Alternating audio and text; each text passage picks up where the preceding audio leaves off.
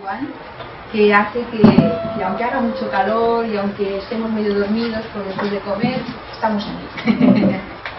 Bueno, a mí lo que me interesa mucho, aparte de todo lo que nos va a decir, es lo que está él experimentando, ¿no? El ver de dónde viene, de dónde procede, cosas que nosotros hemos estado estudiando, que parecía que no tenían nada que ver, la parte de los gnósticos con la parte que después ya veremos que nos irá explicando, porque parece que los mandalas vienen desde muy lejos y se han ido hay muchas coincidencias.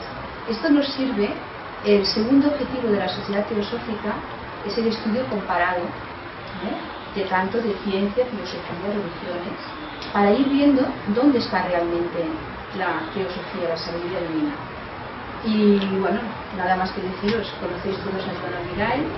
Él es una persona que desde hace muchos años, le había dicho, digo, es la persona que conozco que es un estudiante de teosofía, como dice el libro, ¿no? Que le gusta ir investigando, escribiendo, y ahora tenemos la suerte de que nos lo va transmitiendo también a nosotros. O sea que muchas gracias y adelante. Pues entonces, gracias a todos por estar aquí en las condiciones que decía Marcel. Bueno, él preguntaba si alguien había encontrado por internet los libros de Yahoo, porque la otra vez estuvimos mirando el libro del Duat y la gente lo buscaba por internet y parece que ¿qué es esto, no? Libros secretos, ¿no? Libros de magia. Bien, yo lo que me propongo con el círculo de sabiduría es explicar un poco el uso de diagramas, de círculos, de diagramas sapienciales. Es decir, diagramas que intentaban contener toda la sabiduría principalmente divina, es decir, toda la teosofía.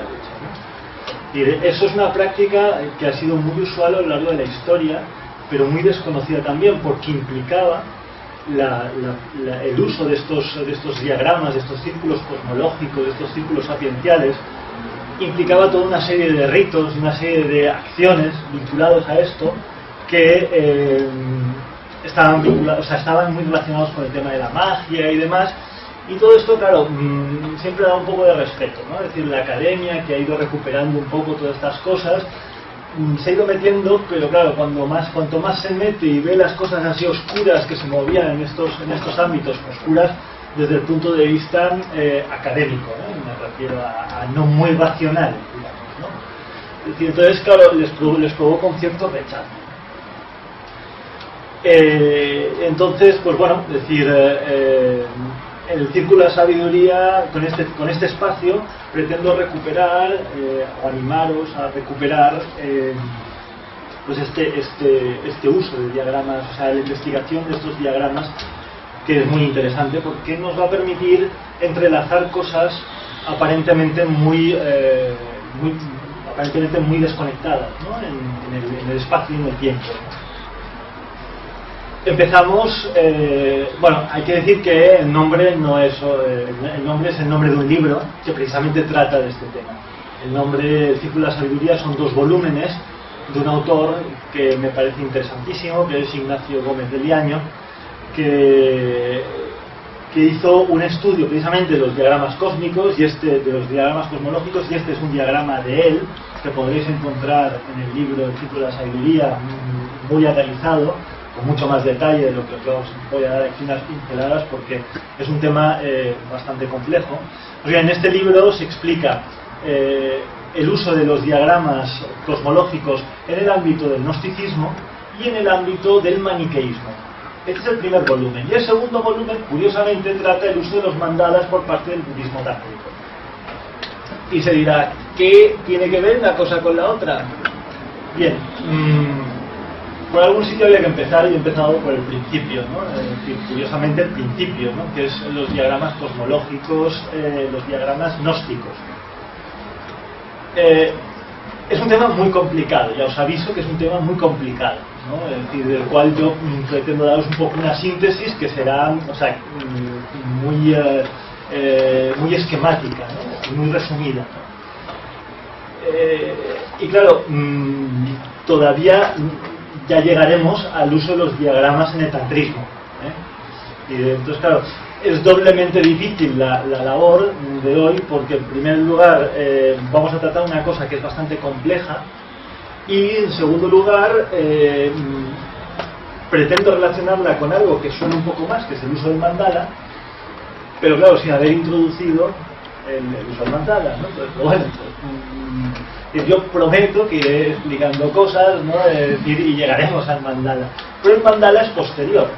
El uso de los mandalas por parte del tantrismo budista está datado más o menos a partir del siglo VI-VII de nuestra era, y esto empieza a desarrollarse a partir del siglo II-III de nuestra era. Estamos en un marco, en el marco tenéis que situar, o sea, la historia esta hay que situarla en el marco grecoparlante, es decir, esto es sabiduría griega, ¿vale? Helenística. Bien, hecha esta pequeña introducción, bueno, también quería comentaros que me gustaría también relacionarlo precisamente. La anterior sesión que hicimos del Círculo de la Sabiduría tratamos el libro del Duat, que también es un libro que tampoco se encontraba en internet porque es un libro, no es realmente un libro, había trampa. Son una serie de imágenes que aparecen en las tumbas de faraones del Valle de los Reyes, ¿no? Y analizamos las 12 horas del Duat, que era el camino que recorría el sol por las 12 horas de la noche hasta el amanecer, ¿no? Es decir, la noche del sol, o sea, todo el trayecto que recorría el sol a lo largo de la noche. Esto es lo que vimos en la anterior sesión del Círculo de la Sabiduría, y explicamos un poco pues, todo ese texto egipcio. Claro, lo suyo sería que hoy tratáramos un tema que trataré probablemente ya después de verano, pero que hubiera ayudado un poco a entender el tema de hoy, que es el hermetismo y sobre todo los diagramas cosmológicos herméticos. Lo que pasa es que como es un tema que ya tratamos en las jornadas ibéricas en el Escorial, pues bueno, y además yo tenía prisa por llegar a estos diagramas, al diagrama gnóstico, y además el diagrama gnóstico está bastante relacionado, bastante más claramente relacionado con las 12 horas del Duat. Pues pensé que bueno, que lo adecuado sería empezar por aquí. Pero hay que pensar que entre el libro del Duat, o sea, es decir, las 12 horas del Duat, y los libros de Yao, es decir, el diagrama cosmológico valentiniano, este está desarrollado por un gnóstico que se llamaba Valentín, del siglo II. Es un personaje, últimamente muy estudiado, pero que probablemente no se conozca en profundidad la gran influencia que tuvo en todo el mundo helenístico. Valentín es un maestro gnóstico de origen egipcio, que formó su escuela en Egipto y llegó a Roma. Se dice que en Roma, en la época en que llegó Valentín, en el siglo II, los gnósticos cristianos, valentinianos, el número era mucho mayor que el de cristianos episcopalistas, digamos, de la iglesia oficial, digamos. Claro, esto hace pensar, el gnosticismo es una corriente que se desarrolla entre el siglo II más o menos y el siglo V-VI. Después el gnosticismo parece desaparecer, ¿no? Parece que desapareció. Sin embargo, algo del gnosticismo pervive a través del maniqueísmo, que el maniqueísmo es una religión, es una corriente espiritual, filosófica y religiosa que viaja hasta Oriente.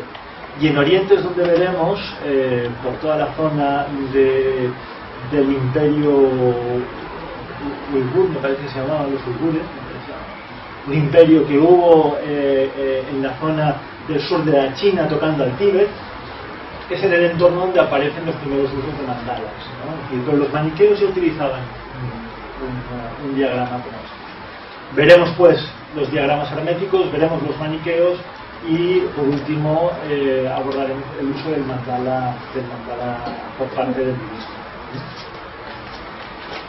Vale, los libros que trataremos hoy son lo que se conoce como el Códice Brugger, en el que hay no 2 libros sino 3, ¿no? Es decir, 2 libros que llevan el título de los 2 libros de Yao o el Gran Discurso Iniciático, y un tercer libro, un tercer texto que no lleva título, es un tratado sin título, y luego otro texto que se llama, un poco más conocido, es decir, que es la Pistis Sophia. En estos 2 textos, la Pistis Sophia y los libros de Yao, es donde encontramos los textos, digamos, la descripción de las prácticas mágicas que utilizaban los gnósticos. El gnosticismo fue un movimiento mistérico, o sea, un movimiento cristiano, pero que utilizaba prácticas iniciáticas y mistéricas muy en la línea de, digamos, el paganismo de su época. En la época helenística sabéis que había gran cantidad de misterios. Los misterios antiguos de Eleusis, los misterios de Isis y Osiris, los misterios de Mitra, que muchos de ellos utilizaban diagramas cosmológicos. Pues bien, los gnósticos hicieron una especie de mezcla de cosas con una base cristiano-sapiencial, crearon sus propios misterios. Y filosóficamente, claro, veis que hay muchos elementos que se mezclan en estas doctrinas, ¿no? Es decir, son las doctrinas gnósticas. Un elemento esencial es el platonismo, la filosofía platónica, el mundo, digamos, los 2 mundos platónicos. El mundo donde todo cambia, que es el mundo en el que vivimos, ¿no? Es decir, y el mundo intelectivo, el mundo del pensamiento puro, ¿no? Que es el mundo al que se dirigen las almas después de la muerte. Esto me obligará en algún momento a abordar el tema del platonismo, y estoy preparando un curso, probablemente lo haré a pero aquí dentro del marco del Círculo de la Sabiduría podremos hacer muchas cosas, y una de las cosas que también podemos trabajar es las grandes ideas cosmológicas de Platón, que fueron las que revolucionaron todo el pensamiento de la antigüedad. Los gnósticos valentinianos en particular fueron unos gnósticos profundamente platónicos, y si sabéis, o sea, los 2 mundos de Platón era el mundo de el cambio, el mundo donde todo está en movimiento, ¿no? Es decir, que es el mundo en el que vivimos, ¿no? Es decir, y después el mundo inteligible, de inteligencia pura, donde están las ideas, ¿no? Si os acordáis un poco del pensamiento de Platón, el mundo de las ideas. Pues bien, aquí vemos, en este diagrama raro aquí que he puesto, vemos un primer mandala en el que los personajes no son otra cosa que las ideas platónicas. Lo que pasa es que transformados con el nombre cambiado. Aquí no se llaman las ideas, las eidos de Platón o las formas platónicas, sino que son los eones. La palabra eón es una palabra griega que quiere decir algo que se mueve en círculos por toda la eternidad, algo que no tiene principio ni fin. Esto es un eón. Por eso normalmente león se ha traducido por eternidad. Bueno, pues hecho esta introducción, son un poco las diapositivas que he preparado para explicar. Aquí tenéis el diagrama que, y yo utilizando un poco terminología tántrica, este diagrama de aquí, esto es un palacio celestial. Lo que en budismo tántrico se llama un palacio celestial, un mundo de un espacio, un lugar de la inteligencia pura, que es un palacio. Luego lo veremos con un poco más de detalle, sin entrar demasiado en detalle, porque el análisis de esto podría dar perfectamente para otra charla, y además nos saldríamos con la cabeza lo mismo, ¿vale? Y tampoco. tarde de verano cambiando. Pero en el gnosticismo se agrupan diferentes sectas judías y cristianas que existieron entre el siglo II, probablemente un poco antes, hasta el siglo V después de Cristo. En general estas sectas tienen en común que son herederas de la tradición sapiencial judía. ¿Vale? Esto es muy importante. Sabéis que en el Antiguo Testamento hay varios libros, hay los libros proféticos, donde está la Torá, ¿vale? Los 5 libros del Pentateuco. Están los libros de los profetas, que son profecías en el exilio, cuando el pueblo de Israel es hecho prisionero y llevado a Babilonia, ¿no? Es decir, por los todo el tema de toda la época del exilio de Babilonia, escriben todos los libros proféticos, ¿no? Y la última etapa, o de las últimas etapas literarias del Antiguo Testamento, veterotestamentaria, ¿no? Es decir, son los libros sapienciales, que son el libro de la sabiduría, es uno de los últimos, el libro de los proverbios, el eclesiástico, que son una acumulación, en muchos casos, de máximas de sabiduría que no son genuinamente judías, sino que recogen un poco la sabiduría de algunas, incluso de Egipto, de toda la zona babilonia, persa, etc. ¿No? Es decir, recogen muchas máximas, muchas ideas sapienciales, ¿no? Es decir, pero lo que tienen los últimos libros sapienciales es que la sabiduría, que como sabéis, el rey por excelencia, el rey más sabio, ¿no? Es decir, de la historia de Israel, fue el rey Salomón, ¿no? Es decir, pues bien, es un personaje esencial. David y Salomón son los dos grandes reyes sabios, ¿no? De la tradición de Israel, ¿no? De la tradición hebrea. Pues bien, en los últimos textos, que son bastante recientes, ¿no? Es decir, estamos en los últimos siglos antes de Jesucristo, ¿no? Es decir, siglo II, I, llega a personificarse a la sabiduría, llega a aparecer la sabiduría como la pareja, la esposa de Dios. Sabéis, si habéis leído el libro de la sabiduría, allí aparece la sabiduría como la esposa de Dios. Pablo, el apóstol Pablo, será un apóstol muy fiel a la tradición sapiencial y habla de que el Cristo, lo que tiene el Cristo, lo que trae el Cristo es al espíritu de la sabiduría. El Espíritu Santo es el espíritu de la sabiduría.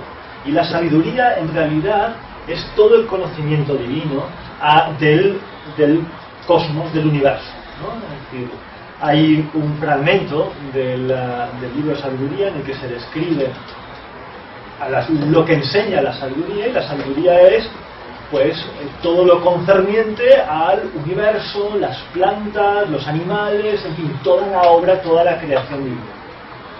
Esto es la sabiduría, el compendio de todo ese conocimiento. Bien, el compendio de todo ese conocimiento es lo que se intentó meter en los diagramas sapienciales. Y este diagrama lo que traduce es esta sabiduría, la platoniza. Entonces, todos los distintos elementos, todos los eones, serán las ideas de Platón, que en realidad lo que están recogiendo es toda la sabiduría, ya no solamente la sabiduría, no la sabiduría de la que hablan los judíos, sino la sabiduría del Cristo. Es decir, esto es un compendio, una enciclopedia de la sabiduría, del espíritu de sabiduría que es el que transmite, el que trae el Cristo a la tierra. Esto es lo que intentaron mostrar los gnósticos, y sobre todo los gnósticos más platonizantes, más filósofos, ¿no? Que son los gnósticos que hicieron este diagrama y que escribieron estos libros. Claro, en estos libros, en la filosofía y los libros de Yao, veremos cómo el alma llega a este mundo, el camino para llegar a este mundo, para entrar en este palacio celestial. Y eso es lo que nos explican estos libros. Ya digo que el abordar estos libros es muy complicado, porque está lleno de fórmulas mágicas muy extrañas y de nombres muy raros, lo veremos, ¿no? Es decir, Pero lo que intentaban explicar estos gnósticos fue precisamente esto, unas iniciaciones muy secretas que hacían que el iniciado viajara a través del universo hasta llegar al Palacio Celestial. Tengo que decir que el Palacio Celestial es la Jerusalén celeste de la que habla Juan en el Apocalipsis. Lo que sucede es que estos gnósticos eran muy contrarios al Antiguo Testamento, eran muy anti-Antiguo Testamento, consideraban que el Antiguo Testamento había sido escrito por profetas de un Dios malvado que era el que gobernaba este mundo, no el mundo inteligible. De manera que rechazaban el Antiguo Testamento y lo de la ciudad de Jerusalén no les gustaba demasiado. Y le llamaron al núcleo central, ¿no?, de este palacio celestial, le llamaron el seteo. El seteo. Pero bueno, el nombre es un poco religioso. Lo que sí que me gustaría llamar la atención es que la distribución es la de una cruz. ¿Vale? Que es curiosamente la misma distribución que encontraréis, no tengo aquí imágenes, pero que encontraréis en los mandalas tibetanos. Es una cruz, ¿no?, es decir, con 4 puertas, una en el equinoccio de primavera, solsticio, equinoccio, solsticio, ¿vale? Son las 4 puertas del mandala. Bien, yo no voy a decir mucho más sobre el tema este, ¿no? Es decir, pero sí que os voy a explicar un poco, para que tengáis una idea, cómo explicaban los gnósticos que se había de llegar a entrar en este mandala. Bien, carismática. Son sectas carismáticas porque no les interesa tanto el tema de revelaciones, sino revelaciones indirectas, digamos, de fuentes, grandes estudiosos, de la sabiduría, de la filosofía y tal, pero ellos buscaban el contacto directo con el espíritu. Y veremos cómo en la Pistis Sophia, por ejemplo, se nos explica cómo el Cristo sale del seteo, sale del centro. Le llaman también este centro, el centro de la cruz, le llaman el tesoro de la luz. Sale del tesoro de la luz y llega a la tierra. Se reviste con un manto que le es entregado en el centro de la cruz, en el centro del mandala, en el centro del palacio celestial. La revisten de un manto de luz, desciende a la tierra y enseña a los discípulos cómo pueden llegar de nuevo a... ¿Vale? Pues bien, ellos buscaban precisamente el contacto directo con el espíritu del Cristo. Intentaban recuperar, digamos, esta perusía, este descenso, esta teofanía, digamos, ¿no?, del Cristo en la tierra. Por tanto, carismática porque buscan el contacto directo con el espíritu. Iniciáticas y mistéricas porque no cualquiera tenía acceso a este conocimiento, tenían que ser iniciados y tenían que seguir los misterios, que los misterios eran un poco donde se desvelaba los secretos y la manera de llegar hasta este centro, hasta este palacio celestial. Y propugnan un camino basado en la gnosis o en el conocimiento. Está claro que cada uno de estos eones son como concentraciones de sabiduría. Y por tanto, el viaje hacia el centro del palacio es un viaje que implica en cada momento explorar la sabiduría divina, ¿no?, explorar la teosofía, ¿no?, la sabiduría divina. O sea, aquí la palabra teosofía me va como mira.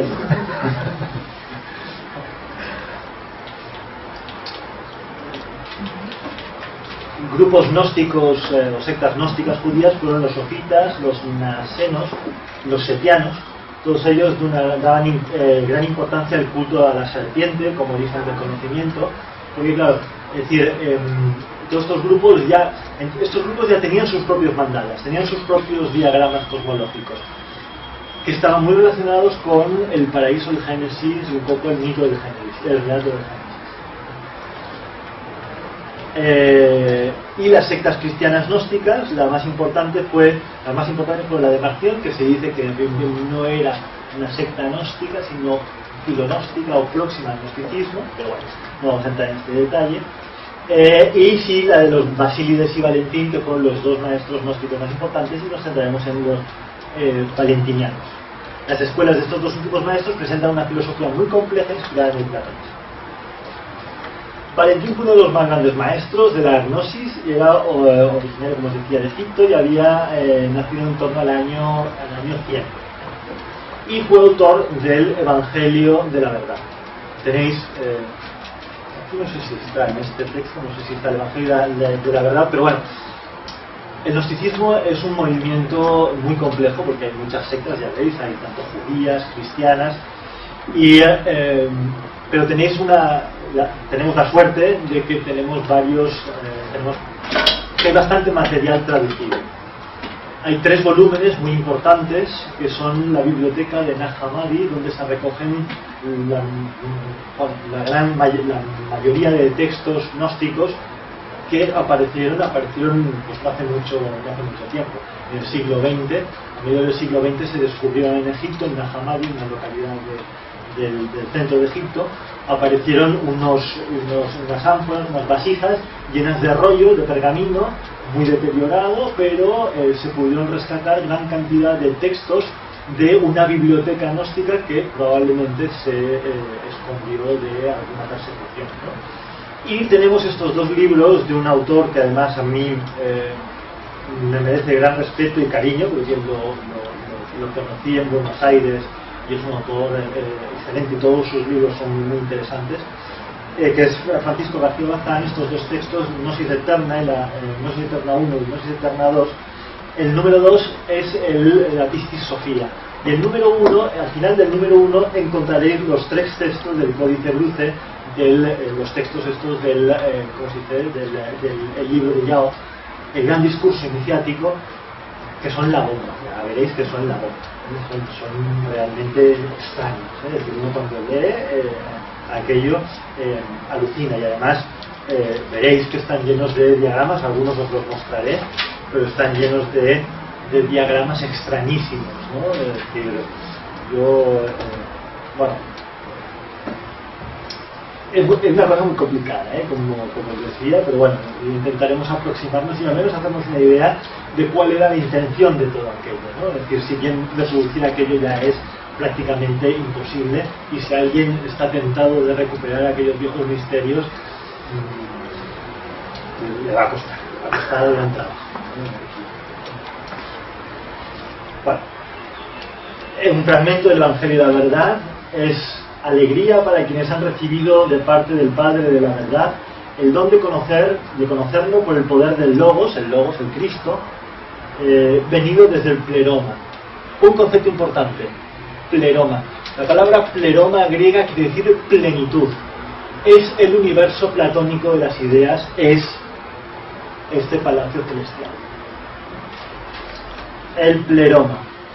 Él está en el pensamiento y la inteligencia del Padre, el que es llamado el Salvador, ya que es el nombre de la obra que debe llevar a cabo para la salvación de quienes eran ignorantes del Padre. El Evangelio es la manifestación de la esperanza que se descubre por quienes le buscan.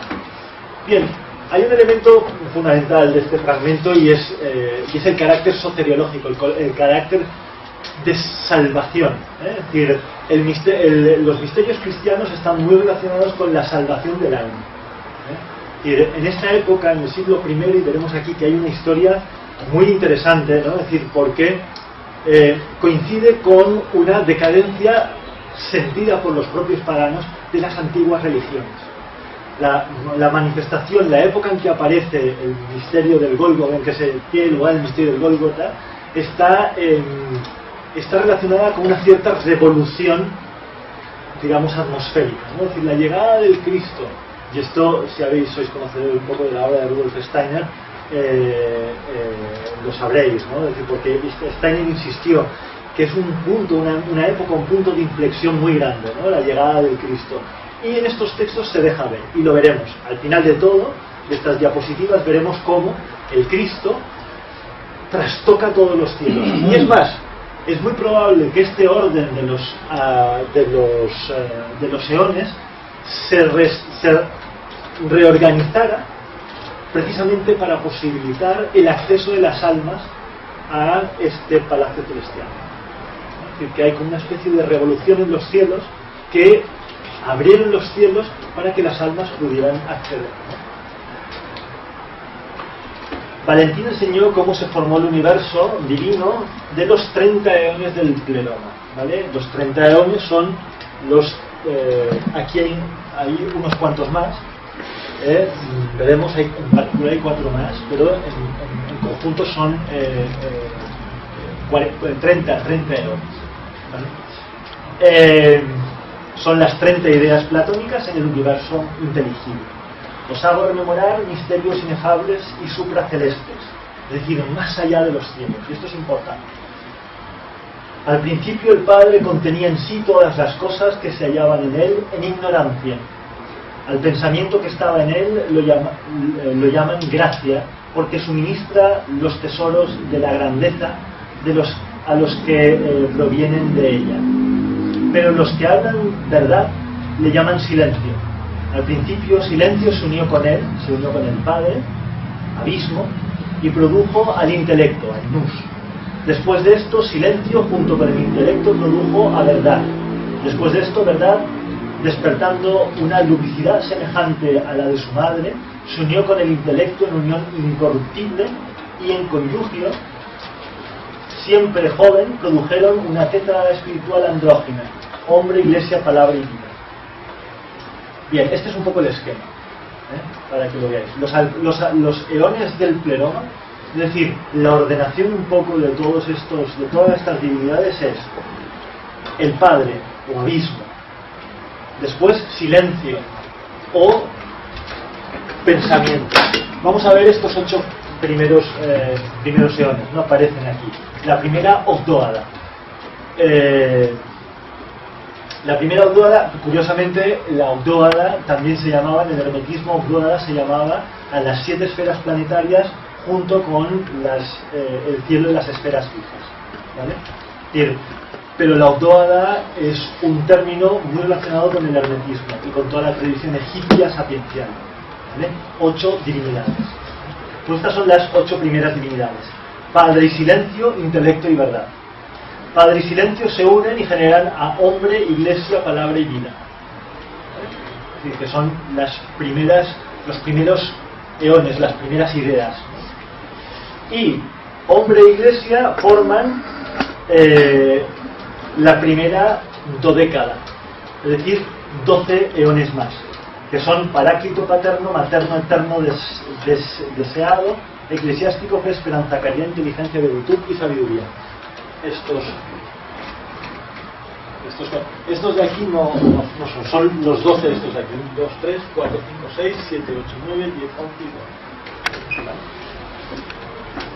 Y por último, palabra y vida crean a los 10 eones: profundidad, imperecedero, autocreado, unigénito, inmóvil, comunión, unión, mezcla, unidad y plaza, o beatitud. ¿Vale? Estos son algunos de los eones que aparecen en el círculo interno. Lo que sucede es que 2 de ellos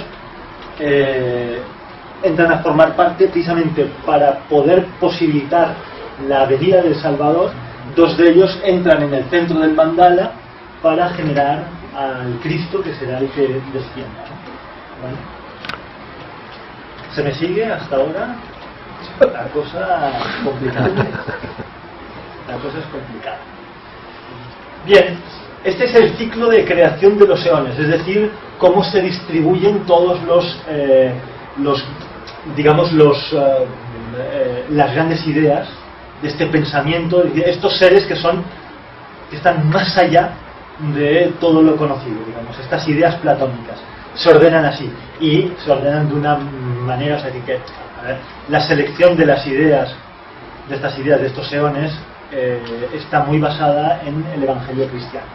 Es decir, que son unas ideas que ya tienen un componente cristiano y están ordenadas en una forma, digamos, o sea, se ordena el cosmos de la ciudad del pleroma, se ordena de forma que permita que genere esa cruz de luz que permita la revelación del Cristo. ¿Vale? Esta es la primera parte, digamos, del mito valentiniano. La segunda parte es un poco más alegórica, un poco más llevadera, digamos, que es que el Eón Sabiduría quiso conocer el centro, porque estaba muy en la periferia, y en su osadía, ¿no? Parece que miró hacia el lado equivocado. Y dicen que miró hacia el caos, no hacia todo este centro ordenado, sino hacia el caos, no hacia ese cosmos, sino hacia el caos, y en el caos vio una luz que le pareció podía ser la del centro del Mandala, ¿no? La del centro del palacio, ¿no? La del tesoro de la luz. Pensó, este es el tesoro de la luz. Pero fue un engaño, fue engañada. Y entonces ella, cuando fue a acercarse al tesoro de luz, a la que ella pensaba que era el tesoro de luz, cayó prisionera del caos, del orden del destino se llama. El caos es el orden del destino, y el orden del destino está formado por 7 esferas regidas por 7 arcontes, 7 grandes demonios, ¿no? Que son 7 planetas, y encerrada en un cosmos de 12 grandes eones, regidos también por 12 grandes arcontes. Y el señor de estos arcontes es el presuntuoso, Autades, ¿no?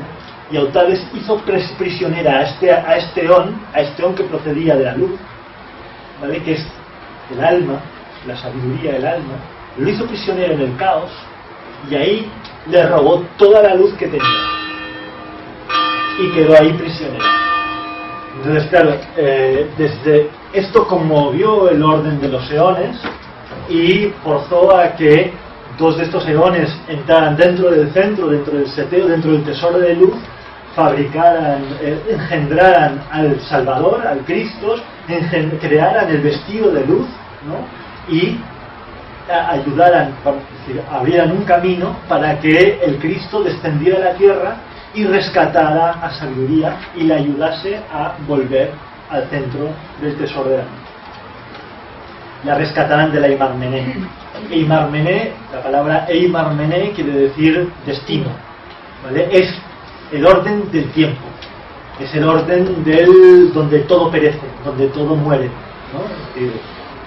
Ahí es donde cae el Eón Sofía y donde queda prisionera, y ahí es donde el Cristo vendrá a buscarla.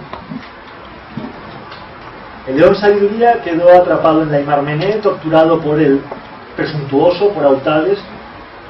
Quiso regresar al 13º eón. ¿Qué es el 13º eón? El 13º eón es, de nuevo, el pleroma. Están los 12 eones, que son las 12 constelaciones zodiacales, y más allá del zodíaco está el pleroma. Pero claro, ¿dónde está la puerta del pleroma? Esa puerta estaba cerrada. Y la Eón Sofía se encontraba prisionera, no sabía cómo salir de la Eimarmené, de las esferas del destino, las esferas planetarias, las esferas zodiacales, donde el alma de cada uno de nosotros está prisionera. Es decir, pensad que este relato, ¿no?, de la historia de Sofía, de la sabiduría, es nuestra propia historia, ¿no? Quiso regresar al 13º eón, al pleroma, de donde había caído, así que entonó 12 cantos de arrepentimiento, desde el tesoro de luz fue enviado el Cristo con su vestido de luz, mostrando el camino de regreso a los lugares de la luz. Abrió el espacio y descendió para abrirle un camino a Sabiduría, que había entonado sus 12 cantos de arrepentimiento. Eso es lo que se explica en la Pistis Sofía. Bien, entonces, el viaje de regreso de Sofía, que es el alma del mundo, la sabiduría es el alma del mundo, es decir, para los platónicos será equivalente a Psique, al alma, ¿no? Y que es el camino que detrás del alma del mundo tenemos que seguir todos, pasa por las siguientes etapas. Primero, por las 7 esferas planetarias, es decir, nos hemos de depurar, y esto lo veremos muy claro en el hermetismo, porque el hermetismo explicaba precisamente el camino por esas 7 esferas planetarias. Veremos cuando estudiemos el Poimandres, cómo Hermes nos explica el camino de regreso hacia ¿dónde? Hacia la Aurora, la esfera de las estrellas fijas. Pero es que para los gnósticos la esfera de las 12 estrellas fijas, o sea, perdón, la esfera de las estrellas fijas, que es que es donde están los signos zodiacales, aquello también forma parte del cosmos, del cosmos donde estamos aprisionados, ¿no? Es decir, los límites de nuestra prisión pasan por 7 esferas planetarias más los 12 eones que cierran la entrada al Palacio de la Luz. Y una vez entramos en el 13º eón, el 13º eón, perdón, el pleroma, donde hay que atravesar los 24 lugares guardados por los 12 invisibles, que son los 12 eones de la luz que vigilan el tesoro de luz. Hay 12 eones en el lugar del medio y 12 eones en el lugar de la derecha. El lugar del medio es este de aquí, digamos el círculo, el cuadrado que digamos cierra el pleroma, y el lugar de la derecha es los 8 eones más los extremos de la cruz, ¿no? Son los 12 vigilantes, cada uno. Claro, fijaos, para poder llegar aquí al centro, ¿vale?, hay que pasar por cada uno de estos eones que son vigilantes. Curiosamente, la palabra vigilantes que utiliza, la palabra griega que utiliza el libro de Yao, ¿no?, episcopos de la luz, son los obispos de la luz, son los vigilantes, los guardianes de la luz, los guardianes del tesoro de la luz. Claro, entonces, el alma tiene que primero purificar los 7 elementos, digamos, las 7 cosas que nos unen al mundo de los planetas, ¿no? Es decir, purificar, hay que hacer la purificación, digamos, planetaria, después hacer lo que llama el libro de Yao un exorcismo para quitarnos toda la maldad del círculo exterior de los eones zodiacales, ¿no? Y purificados así, hay que hacer un viaje por cada uno de los 24 invisibles, los 24 eones de la luz, guardianes del tesoro de luz. Los dos textos del siglo III y IV donde se muestran todo este proceso son, como decía, los 2 libros de Yao, el libro del Gran Discurso Iniciático y la Pistis Sophia. Ambos textos son de origen cristiano, gnóstico, son egipcios, originalmente egipcios, y grecoparlantes. Veremos, por eso quise mostrar, antes de entrar en este tema, quise mostrar el libro del Duat, porque este viaje está muy relacionado con lo que ya vimos del libro del Duat, el viaje del sol por todo el cosmos, las purificaciones. Los egipcios mostraban en el libro del Duat cómo el sol se purificaba toda la noche, o sea, que el sol surgía por la mañana en su plenitud de luz y a lo largo del día, con su plenitud, con toda la potencia de luz, llegaba a su cenit en su máximo esplendor de luz y luego empezaba a perder la luz. Entonces tenía que entrar en el vientre de la diosa celeste y purificarse allá. ¿Por qué? Por 12 estancias del Duat. Y allí se purificaba, moría y renacía. Se purificaba, en fin, lo vimos, ¿no? Vimos todo ese viaje, ¿no? Es decir, y salía por la mañana, era parido, salía por el útero de la diosa celeste con, de nuevo, toda la potencia de luz que a lo largo del día, esto sucedía todos los días, ¿no? Es decir, pues esta misma idea es la que está implícita aquí. Lo que pasa es que el viaje aquí es un poco más complejo, pasa por todas estas estancias, las 7 zonas, todas las 7 esferas planetarias, los 12 eones zodiacales, los 24 invisibles, y al final llegaba a este núcleo de aquí, que este es el núcleo de la luz, donde, curiosamente, si os acordáis, en el libro del Duat, lo que el sol recuperaba era el vestido de luz. Insistí en esa idea cuando hablaba de que en la quinta, sexta hora, me parece, del Duat, los dioses aparecían sobre unos jeroglíficos que representaban el lino, tejido. ¿Tejido qué? ¿Tejiendo qué? El vestido de luz que se pondrá el sol por la mañana. Pues aquí el tesoro, el vestido de luz se encuentra en el centro del palacio, en el tesorero. El ritual gnóstico es un ritual cosmológico donde Jesús invoca a Yahó, que Yahó veremos quién es, y a otro cosmocrátor, es decir, a otro gran señor demiurgo celeste, que es Zorocotora Melquisedec. Ahora me perdonaréis si no consigo pronunciar muy bien los nombres de estos, lo cual, claro, dificultaría mucho la posibilidad de recuperar estos misterios. ¿Por qué? Porque todos estos nombres ya han perdido su fuerza, ¿no? Y bien, estos dos, Yahó, desde el centro del tesoro de luz, y Zorocotora Melquisedec, desde la esfera, digamos, del cosmos, abren el camino para que pueda descender la luz y luego, de nuevo, las almas puedan ascender hacia la luz. El ritual gnóstico consta de una catarsis, ¿vale?, que tiene 4 partes que veremos ahora, y por último, cuando se han hecho las 4 purificaciones, la ascensión por los 24 eones de la luz.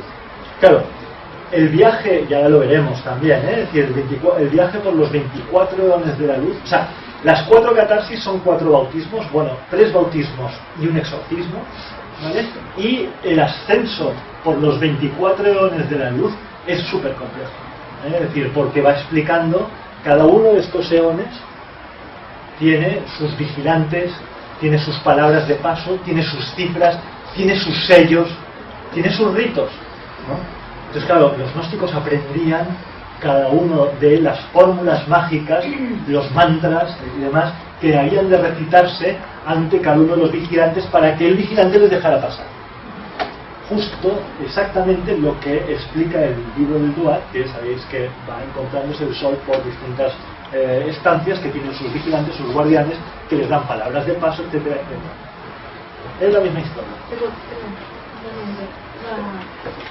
la simbología esta que es el Ouroboros. Este es el Ouroboros. El Ouroboros y después la estrella de... La estrella de David. Sí, bueno, aquí le he puesto no tanto, porque esto es una cosa moderna. Es una cosa mucho más moderna del contexto de la alquimia, ¿no? Sí. Bueno, lo ponía un poco por el tema de los planetas, ¿vale? Aquí se la esfera planetaria y el Ouroboros, que es la serpiente que se muere la cola. Sí. Y que los gnósticos en la Pistis Sofía se dice que es la representación de los 12 eones zodiacales. Es el dragón que encierra el paso al pleroma. Si no viene el gran demonio, es decir, ese dragón, es decir, Autades, es el señor del dragón que muerde la cola y que impide. Si no viene el Redentor, el Salvador, el Cristo celeste, el Cristo cósmico, el Es Cristo, como una especie de espíritu del mal. es el guardián del caos. Bien y mal es una versión más medieval, digamos, más moralista. Es más orden y caos, ¿no? Es decir, el orden está cerrado porque el dragón impide la entrada. Y el dragón, ahora lo veremos, no sé si lo hemos visto. Aquí hemos visto una representación, una posible representación de un arconte, un gran arconte celestial. Celeste porque está enrollado en la serpiente, y la serpiente es el dragón, ¿no? Y con cabeza de león alado, por tanto es un espíritu celeste, y lleva un eje axis mundi, que es con el que mueve las esferas, ¿vale? Bien, no hay una representación concreta de Autades, pero sí que hay descripciones de él y se le describe a veces con cabeza de animal. Muchos de los arcontes, de los señores de las potencias inferiores del caos, tienen cabezas de animales, y esto es una alusión clara a los dioses del antiguo Egipto. ¿Vale? Pero esta imagen la he puesto aquí y, bueno, si hay alguna imagen que os llama la atención y que yo me explique, es porque realmente el origen del Ouroboros es gnóstico, y de hecho aparece por primera vez en tratados de alquimia, que los tratados de alquimia sabéis que apareció en el contexto del gnosticismo en esta época, y en la Pistis Sofía se describe como el círculo zodiacal como un gran dragón. Bien, la catarsis del ritual gnóstico consiste en una purificación del alma y sus 4 partes están destinadas a liberar al alma de sus faltas y hacerla más espiritual, para que pueda recorrer los 24 eones de la luz. Es decir, tal como estamos, no podemos entrar en el pleroma y no podemos enfrentarnos a los grandes eones de la luz, a los episcopos, a los invisibles, a los vigilantes de la luz. Hay que primero hacer este cuádruple catarsis, la palabra catarsis sabéis que tiene purificación, Hay que hacer estas 4 purificaciones: un bautismo de agua, un bautismo de fuego, un bautismo del Espíritu Santo y un exorcismo. Si alguna vez tenéis ocasión de iniciaros en el Tantra Supremo de los grandes mandalas tibetanos, veréis que las iniciaciones son muy parecidas. Todo esto es más activo. De esto ya hablaré, porque veremos también el recorrido por el mandala y las iniciaciones del mandala. Bien, ¿en qué consistía esta catarsis previa, imprescindible para poder llegar a los arcontes a los eones de la luz? Bautismo de agua consiste en una iniciación, y bueno, en el tercer tratado del Códice Bruce se explican estos 3 bautismos, esta cuádruple de catarsis. Yo os he puesto aquí algunos de los elementos para que veáis que es magia pura y dura. Y aquí veis que también hay palabras, hay signos, hay talismanes, ¿no? Es decir, consiste en una iniciación con vino, sarmientos. Los discípulos con túnicas de lino deben recitar una serie de sonidos y oraciones, etc. Es decir, situados ante un ritual mágico. El bautismo de fuego parece mucho el ritual agrario de los dioses, ¿no? Venía todo eso. Ofrendas, el del ritual de fuego, ofrendas de incienso, mirra, terebindo y otras hierbas aromáticas, y el ritual es parecido, pero cambian los sonidos y cambian las oraciones. El bautismo del Espíritu Santo también es semejante a los 2 anteriores, pero cambia también las ofrendas, sonidos, oraciones y sellos. Si queréis verlos con detalle, porque claro, aquí en una diapositiva que me cayó de cada uno de estos, te da todas las instrucciones para poder hacer un bautismo de agua con calma, y que no tiene nada que ver con el que te echen agua bendita en la cabeza, sino que es bastante más complicado. Podéis comprender por qué el gnosticismo cayó un poco en desgracia, fue perseguido, eliminado, y no fue muy difícil que desapareciera, porque eran rituales realmente muy cortitos, ¿no? Y que además se tildaba a los gnósticos de ser muy elitistas, ¿no? Es decir, ellos hablaban de sí mismos de los neumáticos, es decir, de los espirituales. Claro, todos habían recibido estas iniciaciones que eran muy complejas, ¿no? Es decir, por último, el último exorcismo es un exorcismo que tiene que ver con la eliminación de los espíritus malignos, de los arcontes de la maldad que traemos, que llevamos impresa en la sangre y en el alma, procedente de los arcontes de los eones zodiacales, ¿no? Es decir, Jesús utiliza un altar donde hace un conjuro que ofrece incienso para expulsar la maldad de los arcontes.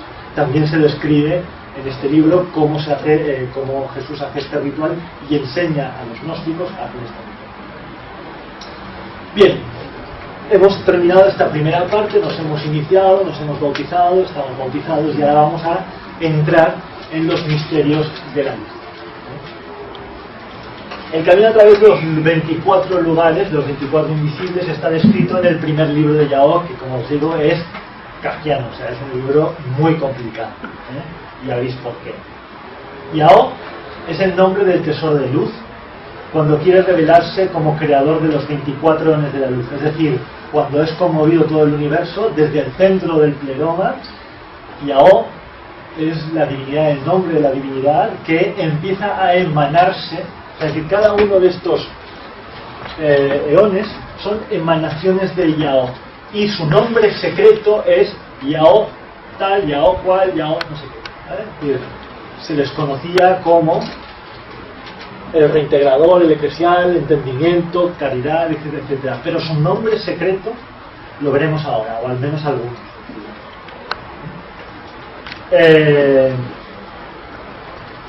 Bien, curiosamente la palabra Yao es una versión griega del Yahvé, el tetragramatón de los judíos. Está compuesta por la iota, que representa la procesión de todo, es decir, de donde todo emana, el alfa, que es hacia lo que todo retorna, el principio, y la omega, que representa la plenitud, ¿vale? Esto es una explicación de los propios textos gnósticos, ¿no? Y ahora voy a leeros la introducción, solamente el prólogo del libro de Yao, que recordaréis que os leí el prólogo del libro del Duat. Estos son las estancias del Amenti, de los lugares más allá, tal, de todos los en donde están todas las almas, espíritus, dioses que participan en la amigos de Ra, los enemigos de Ra, etcétera, etcétera, ¿no? Es decir, que pues de cómo empieza el libro de Yao. Este es el libro de la gnosis del Dios invisible, que a través de los misterios ocultos manifiesta a la raza elegida el modo como en reposo se conduce a la vida del Padre, en la venida del Salvador, del liberador de las almas que reciben para sí el logos de vida que está por encima de toda vida, en el conocimiento de Jesús, el viviente, que ha venido por medio del Padre desde el león luminoso, en cumplimiento del pleroma, en la enseñanza, fuera de la cual no hay otra, la de que Jesús, el viviente, ha enseñado a sus apóstoles diciendo: esta es la enseñanza en la que está el conocimiento total.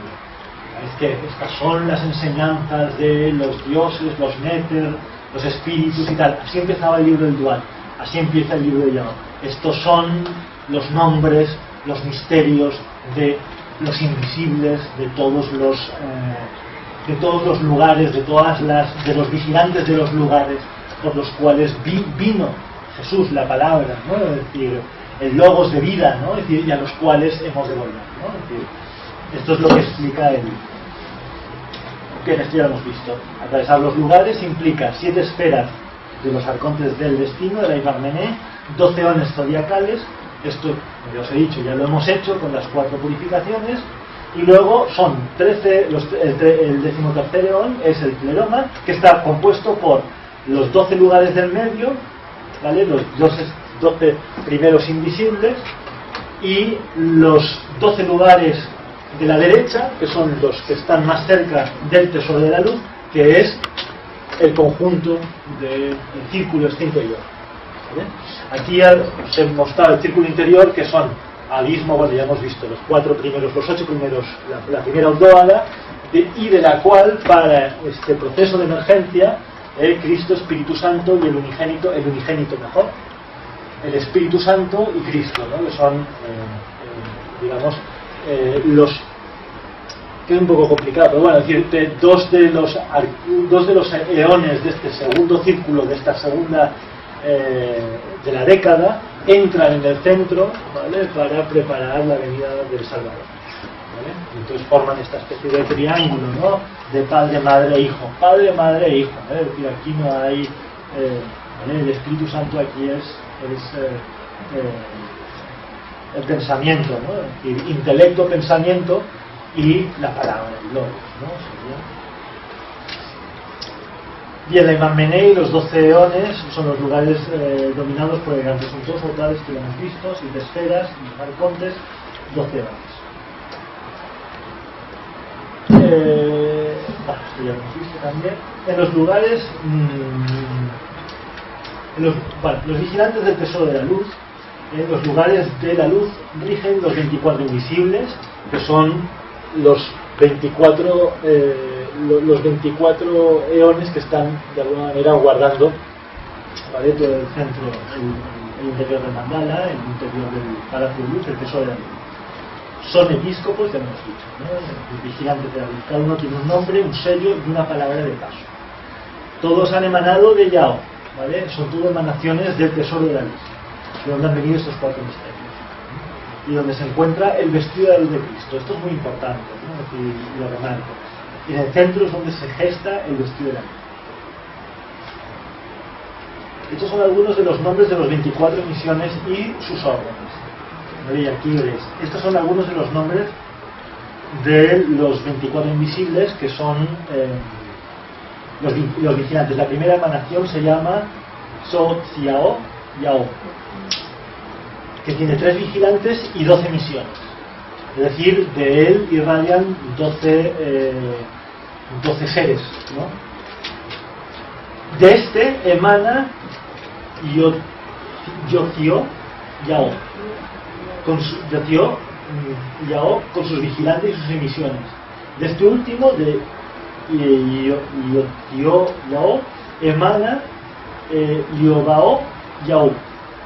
De este emana Cicio Yao, Oacio Yao, Yocio Yao, Yocio Yao. Estos son los nombres secretos, ¿vale?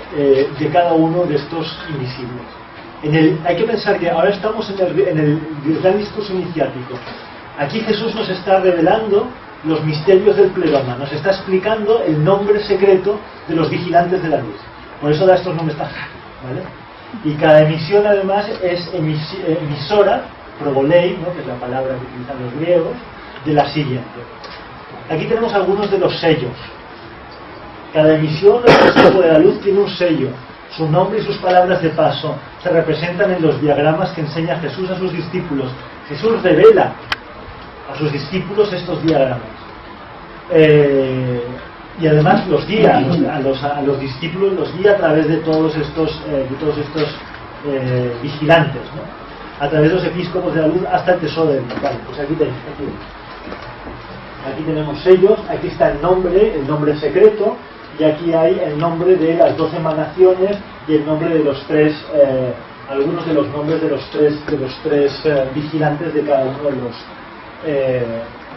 los eones. Como veréis, la cosa se complica cada vez más, ¿no? Es decir, como decía, es un texto muy complicado, ¿no? Es decir, pero bueno, hay cada uno de los 24 vigilantes tiene su sello y tiene todo su detalle, ¿no? En el centro del sello se encuentra el nombre de la emisión, ¿vale? Que aquí el nombre completo es Oe, Aeo, Iot y Au. Su sello de poder donde se ocultó y, a decir, el sello es muy importante, es el talismán, porque ahí es donde se comprime, es como si esa luz se concentrara en ese talismán. Un talismán en realidad era, para estos gnósticos, para los egipcios probablemente, una concentración de poder, de luz, ¿no? Es decir, que servía después, por eso se enterraban con todos los amuletos, porque el sello, todo aquellos instrumentos que se tenían que utilizar en el más allá para mostrar al vigilante, mostrarle el talismán, ¿no? Es decir, darle la palabra de paso y poder atravesar. Palabras de paso, etcétera, etcétera. Recordaréis que en la masonería todavía esto se utiliza igual, ¿no? Y acompañan 12 órdenes de misiones de su tesoro y 3 vigilantes que lo guardan. Es decir, cada uno de estos arcos, de estos eones, es realmente todo un pequeño cosmos que no es fácil atravesar. Hay que tener muy claro, hay que saber muy bien las instrucciones y hay que saber decir muy bien las palabras. Cifras también tienen, y aquí no lo he puesto, pero tienen su número, tienen un número secreto, en fin. Como decía, es un tratado de magia muy complejo, ¿no? Y aquí veis, por ejemplo, una de las invocaciones que se hace a uno de los vigilantes de la luz. Óyeme como te canto, oh primer misterio que has brillado en tu misterio, que has movido a Yahó a constituir el lugar de las 24 misiones invisibles con sus arcontes, sus divinidades, sus señores, sus arcángeles, sus ángeles, sus decanos y sus ministros, los liturgos, en un orden de 30 eones, cuyo nombre imperecedero es Huazanazao. Libera a todos mis miembros esparcidos desde la fundación del mundo y llévalos a la luz. Palabra de paso, nombre secreto. Todos los órdenes que están vinculados a ese eón. Ese eón tiene además sus arcángeles, sus ángeles, sus decanos, sus ministros, los que le sirven, etc. Es decir, el universo gnóstico es una complejidad brutal, ¿eh? Aquí os he querido hacer una pequeña explicación de lo que se llama la glosolalia, ¿no? Es decir, que es glosolalia es una lengua especial, ¿no? Y cito Corintios, la primera carta de los Corintios 13:1, que es el famoso discurso sobre la caridad, ¿no? Si hablo la lengua de los hombres y la de los ángeles, pero no tengo amor, soy bronce que resuena o tímbalo que retumba. Aquí Pablo dice, de subrayado, si hablo la lengua de los ángeles, Y más adelante dice, si esforzaos, dice luego más adelante en la misma carta a 1 Corintios, esforzaos por alcanzar el amor, pero apasionados por los dones del Espíritu, sobre todo el de profecía. Pues el que habla lenguas no habla a los hombres, sino a Dios. Pues nadie entiende. Profiere misterios impulsados por el Espíritu. Hay un lenguaje, que es el lenguaje de los ángeles. Estos iniciados conocían y utilizaban estos mantras secretos, que era esta lengua divina, esta lengua de los ángeles. Y ahora veremos un ejemplo. Y esto son invocaciones. Cuando digáis el nombre de la gran potencia que está en todos los lugares que están en los tesoros, desde el primero hasta el último de ellos, hasta el tesoro del Dios verdadero, retrocederán. Cuando digáis los nombres, las palabras de paso, los mantras, ¿no? Es decir, los vigilantes, los órdenes y los velos retrocederán. Este es el nombre que diréis.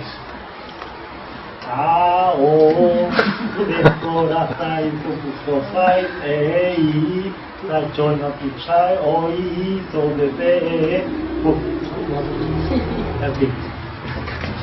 Trabalenguas. Se parece muchísimo. Parece la cara. Pero muchísimo.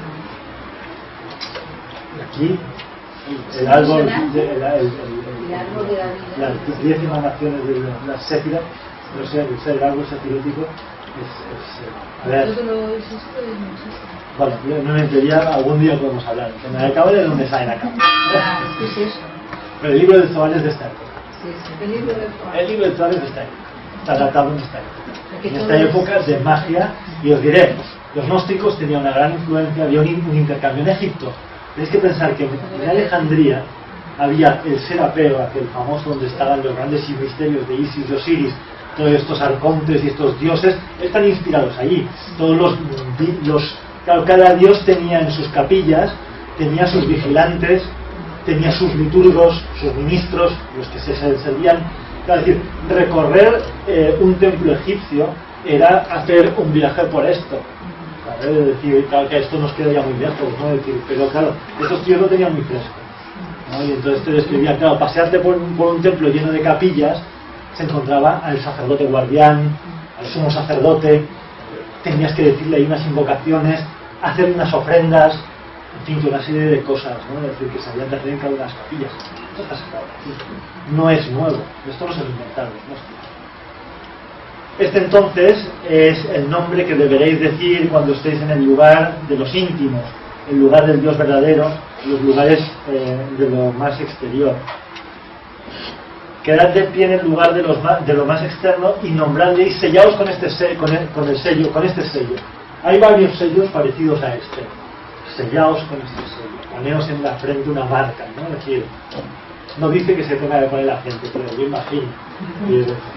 Poneos una marca en la frente y entonces dirigíos al vigilante, al guardián. Dadle los nombres, dadle las ofrendas, dadle todo lo que... y él os permitirá acceder. Os abrirá la puerta y entonces podéis entrar en el santo de los santos, ¿no? Es decir, en una capilla, en una emisión, en una capilla más interna, porque detrás de esa capilla hay otra capilla, y otra capilla, y en el centro, el santo de los santos, está el tesoro de la luz, y ahí revestiros con el manto, el lino, ¿no? Es decir, el manto de luz, y de ahí salía el sumo sacerdote revestido de todo el esplendor, con todas las coronas, con todo el oro, etcétera, etcétera, ¿no? Iniciado, exactamente. Esto es una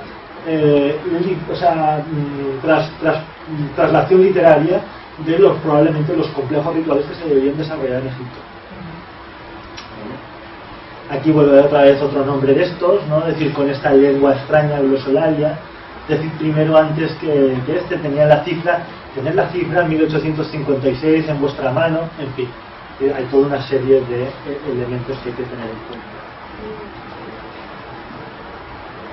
Y bueno, aquí os ponía este fragmento. Perdón, esta tiene un significado 1856. Os he cogido una un poco al azar porque el texto no pretendía impresionar ni revelar ningún secreto.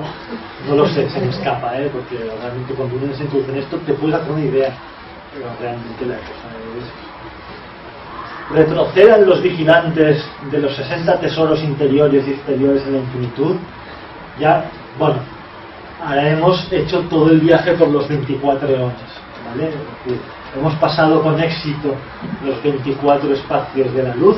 Estamos ante el tesoro de luz y exteriores. O sea, ahora tenemos que gritarle a este santuario: ábrete, sésamo, ¿no? Es decir, abre tus puertas y déjame entrar en el tesoro, ¿no?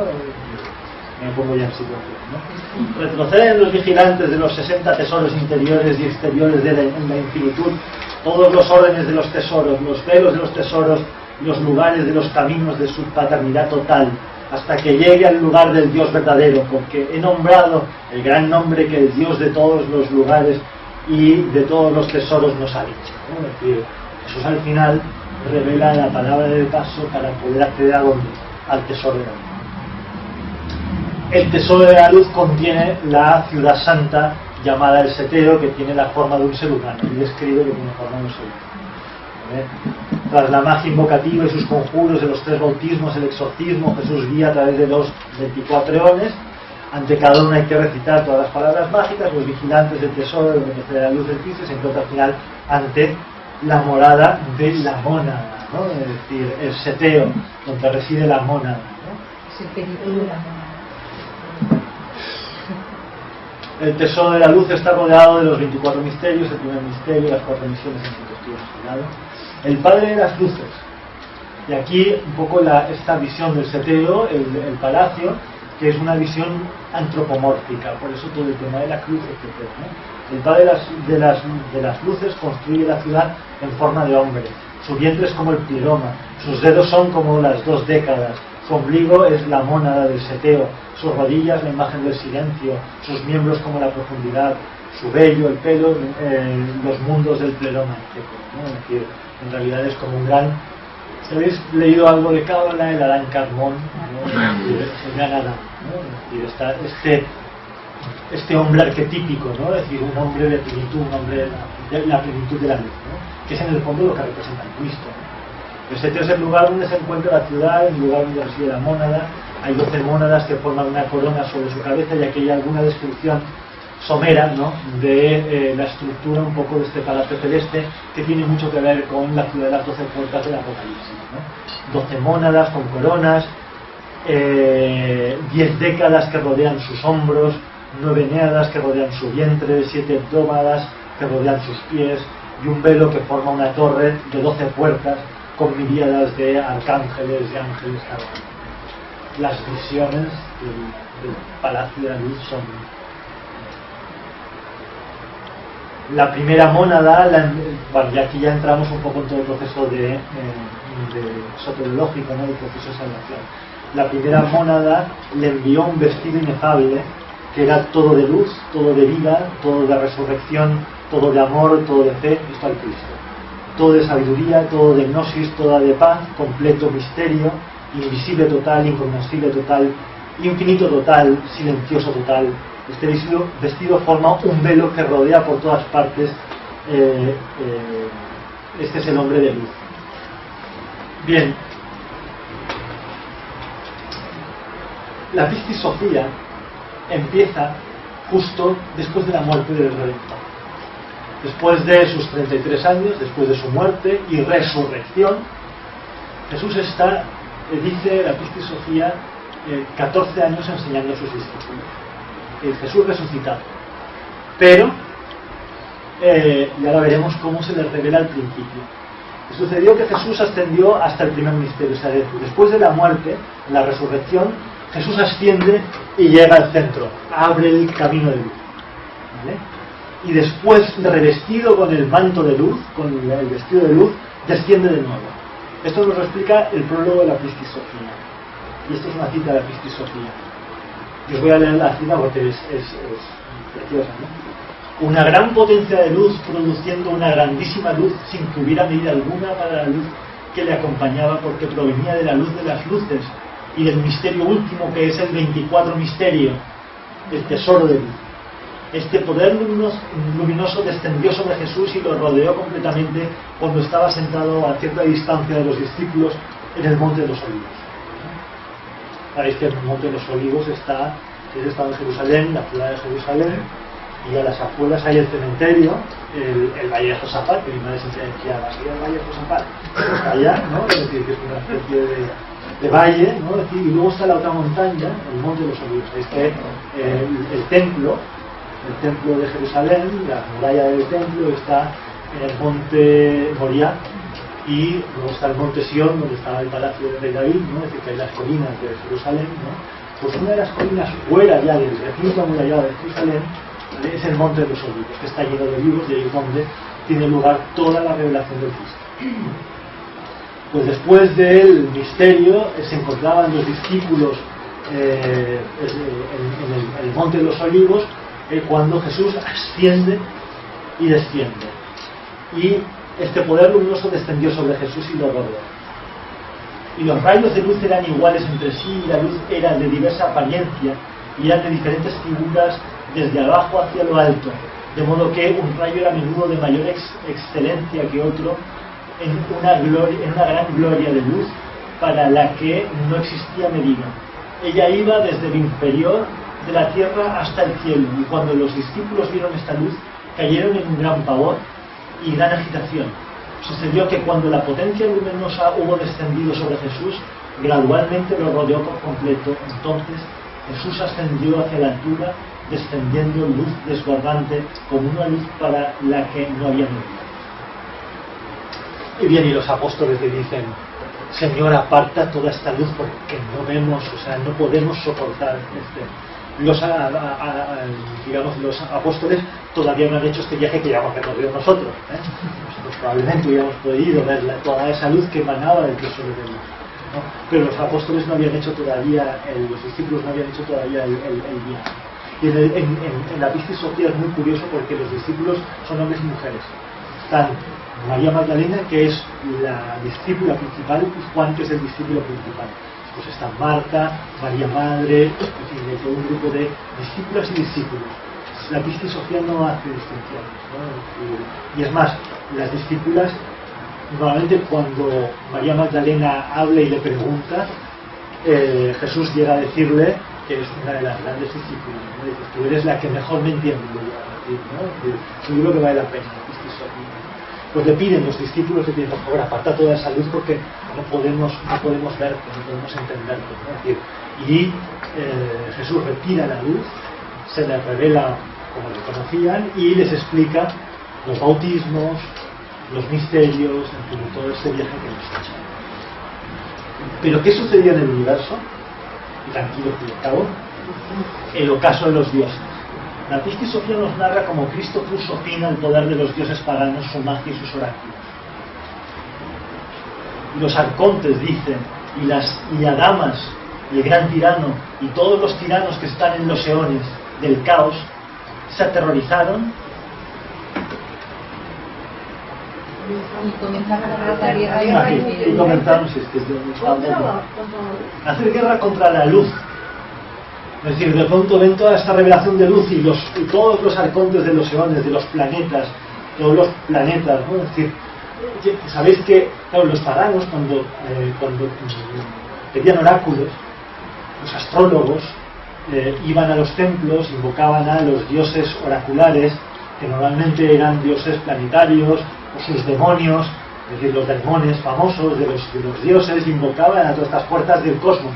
Estas puertas del cosmos les revelaban el destino, la Parmené, ¿no? Es decir, pero de pronto todo esto es trastocado. Cuando Jesús desciende con toda su potencia de luz, claro, de pronto todos esos arcontes se sienten amenazados y empiezan a luchar contra la luz, ¿no? Y cayeron fatigados y cayeron de sus lugares en los eones, y todos los dioses perdieron su poder y perdieron su magia, y los oráculos callaron, pues desconocen lo que ha de pasar, desconocían la luz, no sabía qué estaba pasando. Y terminaron sus misterios, y sus astrólogos y adivinos no pudieron vaticinar, porque dio la vuelta a su esfera. Por el poder de Yahó quedaron 6 meses mirando a la izquierda y 6 meses mirando a la derecha. Desde ahora no sabéis lo que hará el Señor Sabaoth. Y así acaba con una cita de Isaías 19. Esta es la gloria de la luz que procede del 24 misterio, que es el primer misterio, el 24 misterio, el interior, su nombre es Yahweh, el tesoro de la alma. Amén. Nos hemos visto allí, También un poco. Bueno, supongo que habrá muchas preguntas, no sé si las voy a poder contestar. Muy interesante. Pero, yo creo que es la primera vez que hemos visto y hemos oído, aunque sea someramente, todo el proceso de iniciática. Y además de la gnosis, o sea, es decir, probablemente aquí está la raíz de todos los misterios que vinieron después, ¿no? Que se diseminaron por todo el mundo, ¿no? El mundo helenístico propagó esta semilla y trabajaban estos orígenes y hay textos. Hay un texto que no recuerdo de un discípulo de Valentín que describe este diagrama. Este diagrama, retenerlo en la memoria, porque este diagrama lo volveremos a ver con formas orientales. Que los faraones entraban porque tenían carteles con la luz para que los faraones, cuando morían, que la luz les abría, les tenían que abrir sus volcanes. En la sesión pasada, que bueno, éramos poquitos y no están. Cambia un poco, poquitos, somos poquitos y a la vez lástima es que porque bueno, iremos hilvanando todos estos diagramas tal si hace falta, como también lo hicimos en una época que no era muy junio, que la gente está en el campo y playa, ¿no? Es decir, igual podemos repetirlo, ¿no? Del libro de Dios. A mí sí que en algún otro ámbito me han pedido que la repita y como gusto a la Duat, para que veáis un poco, ¿no? Es decir, como decías, ¿no? El faraón hacía el viaje del sol y iba precisamente al centro del mandala, que allí era una pirámide, no sé si os acordáis, la pirámide de Saqqara, en el centro del desierto de Saqqara, el desierto de Sokar, del dios Sokar, y ahí recibía el vestido de luz. Allí era transmutado como un escarabajo, ¿no? El proceso estaba relacionado con cómo perdía todos los líquidos, ¿no? Se quedaba seco y volvía de nuevo a reintegrar los líquidos y a partir de ahí una nueva vida y una nueva luz. Y salía por la mañana por el útero de la diosa Nut, la diosa del cielo. Claro, el faraón hacía lo mismo, porque, a ver, los faraones estaban representando todo lo que hacían los dioses, no hacían una cosa distinta. Y lo que hacía el faraón era representar todo ese viaje de luz, y lo hacía todos los días, lo tenía que hacer todos los días, porque todos los días lo hacía el sol. Claro, esta gente eran iluminados, eran iniciados, era gente que estaba entre el cielo y la tierra. Realmente eran el alma del mundo, el ánima del mundo, que es a lo que el ser humano está llamado a ser, ¿no? Porque tenemos que ser todos. Claro. De aquí tiempo, de aquí eones. Bueno, para lo que nos estamos preparando precisamente para eones de encarnaciones.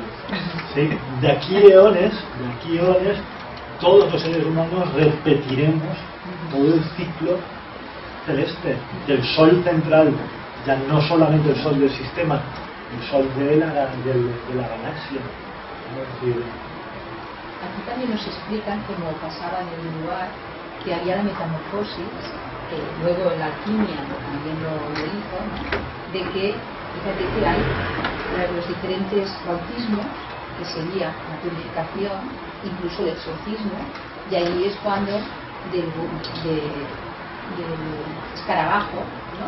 Sale al final luego la mariposa. O sea, quiere decir que después de todo hay el capullo, hay el tal, el cual, el gusano, después el capullo. Bueno, es escarabajo, o sea, es decir, ellos pintaban un escarabajo alado, muy bonito, sí. Claro, pero bueno, es como al final del proceso representa que está alado.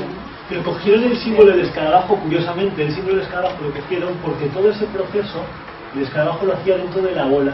Sí, sí. Dentro de La bola de excremento, claro. Kepler se llama. Kepler, sí, sí. Y es una bola de, bueno, de estiércol. Sí. Entonces allí depositaban sus huevos. Ahí salían las larvitas, los gusanitos, aquello se llenaba de gusanitos. Y allí hacía todo el proceso también de, hacía un capullo, ¿no? Y ahí la larva dentro del capullo, tal, y al final salían de la bola, salían escarabajitos negros. Brillantes, tal. Pero esto es en la naturaleza normal. Pero en el símbolo le ponían al escarabajo unas alas, explicándolo que ya era otro.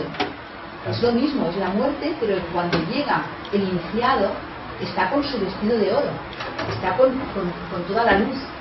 O sea que en todos los sitios nos va diciendo lo mismo.